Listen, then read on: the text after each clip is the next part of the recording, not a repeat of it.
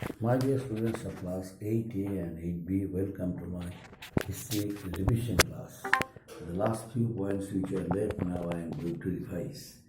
Points as I mentioned in the board. First point, the reign of terror. Second, Thermitorian reaction. Third, impact of the French Revolution. Fourth, the rise of Napoleon Bonaparte. And five, last life of Napoleon. First, reign of terror. What is reign of terror? In the year 1792, the newly elected National Convention declared France to be a republic. King Louis XVI was trying to escape or to leave the country for Austria along with his wife Marie Antoinette, but both of them were caught and later were executed. First, in the year 1793, 21st January, Louis XVI was guillotined, and then after 9 months later, his wife Marie Antoinette also was guillotined. So the rule and the phase under Louis XVI and his wife came to an end.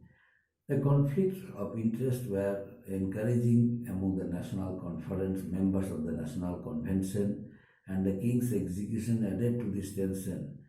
Right that moment, the Jacobins, a group also was formed named Jacobins, and their leader was Maximilian Robespierre, took control of the National Convention and initiated a series of radical measures.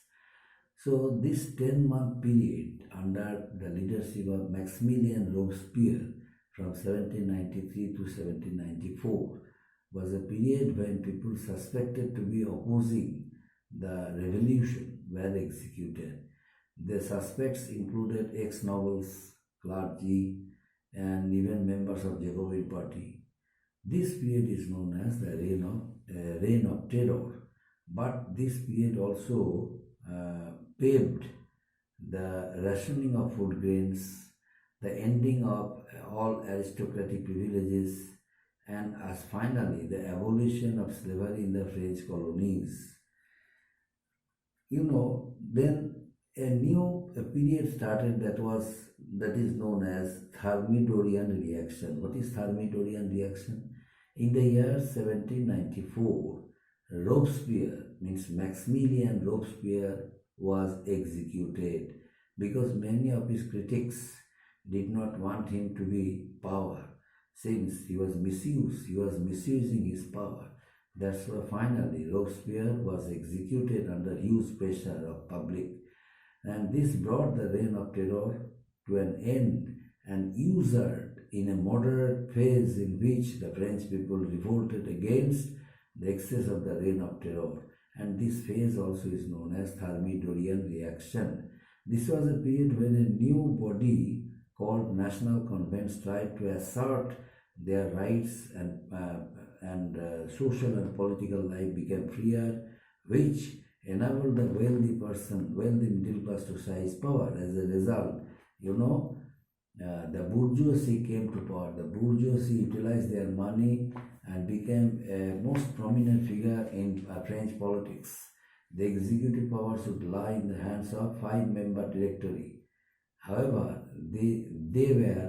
there were frequent conflicts between the directory and the various legislative councils. Right that moment, one person came to power because of the political instability of the country, and the directory paved the way for the rise of a new military dictator, Napoleon Bonaparte. Now, what was about the impact of the French Revolution? Monarchy ended, and the concept of feudalism also was declined. Serfdom was declined. Absolute monarchy in France also was declined. It encouraged It encouraged the country France to change certain things like old social systems. The people became the source of political power. The foundations of democratic government also was laid. The people could vote, elect their representatives. Fundamentals of liberty, equality, and fraternity was established, and the bourgeoisie emerged as the dominating power because they had been trying to come to power, but some obstruction was there on the part of Louis XVI. That's why bourgeoisie, in spite of being rich, wealthy, they could not take part in politics. And finally, this bourgeoisie emerged as the dominating power in France. Various economic and social reforms also were brought into practice which improved the condition of the masses, and France was united. It gave the term nation a new and modern meaning.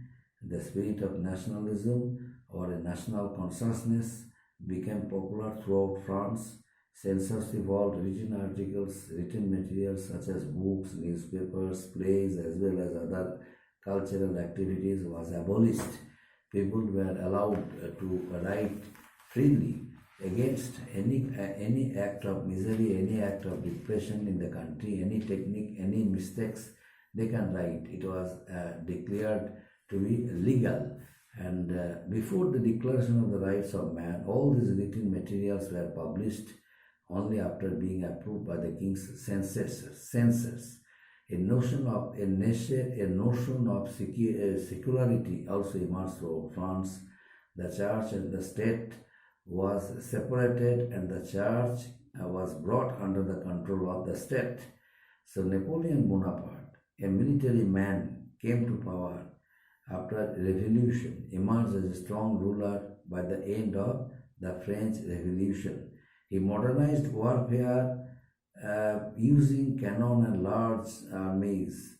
His control over Europe drove many countries towards the modern era. Now the rise of a new leader, Napoleon Bonaparte. Though French Revolution ended monarchy in France, but a stable government was required. The five-member directory had differences of opinions among themselves. So Napoleon Bonaparte took the political advantages of France, and under such turmoil gave rise to Napoleon Bonaparte, also referred to as the child of revolution, who emerged as the most powerful leader in Europe. And under such scenarios, Napoleon Bonaparte, who was actually an ordinary man, he rose to the position of first consul, the highest position in the country. He was a brilliant leader. He inspired the troops with his speeches, and he conquered many important territories of Europe and for France in the year 1799, and increased his military powers. He then proceeded to seize all political powers from Directory and declared himself to be the Emperor of France in the year 1804, 2nd December. He restored law and order in France. He introduced certain new laws for the all-round development of the country. These laws are collectively known as Napoleonic Court. The code made laws which were applicable all